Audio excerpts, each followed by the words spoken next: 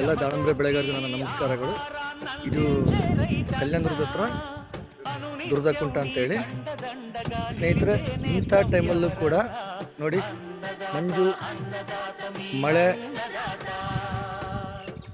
ಎಲ್ಲ ಇದೆ ಸ್ನೇಹಿತರೆ. ಇಲ್ಲಿ ಕಡಿಮೆ ಆಗಿತ್ತು, ಈಗ ಸ್ವಲ್ಪ ಮಂಜು ಇಬ್ಬನಿ ತುಂಬ ಇದೆ. ನೀವು ನೋಡ್ಬೋದು ಯಾವ ಥರ ಫ್ಲವರ್ ಸೆಟ್ ಆಗ್ತಾ ಇದೆ ಅಂತೇಳಿ. ಪ್ರತಿಯೊಂದು ಗಿಡದಲ್ಲೂ ಕೂಡ ಆಲ್ರೆಡಿ ಕಾಯಿ ಕಟ್ಟಿದೆ. ಮೇಲ್ ಫ್ಲವರ್ ಯಾವ ಥರ ಇದೆ, ಫೀಮೇಲ್ ಫ್ಲವರ್ಸ್ ಯಾವ ಥರ ಇದೆ ನೋಡಿ.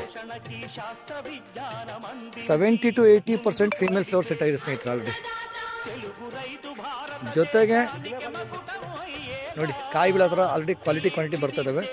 ಪ್ರತಿಯೊಂದು ಗಿಡಕ್ಕೂ ಆಲ್ರೆಡಿ ಒಂದು 80 ಇಂದ 120 150 ನೋಡಿ ಕಾಯಿ ನೋಡಿ.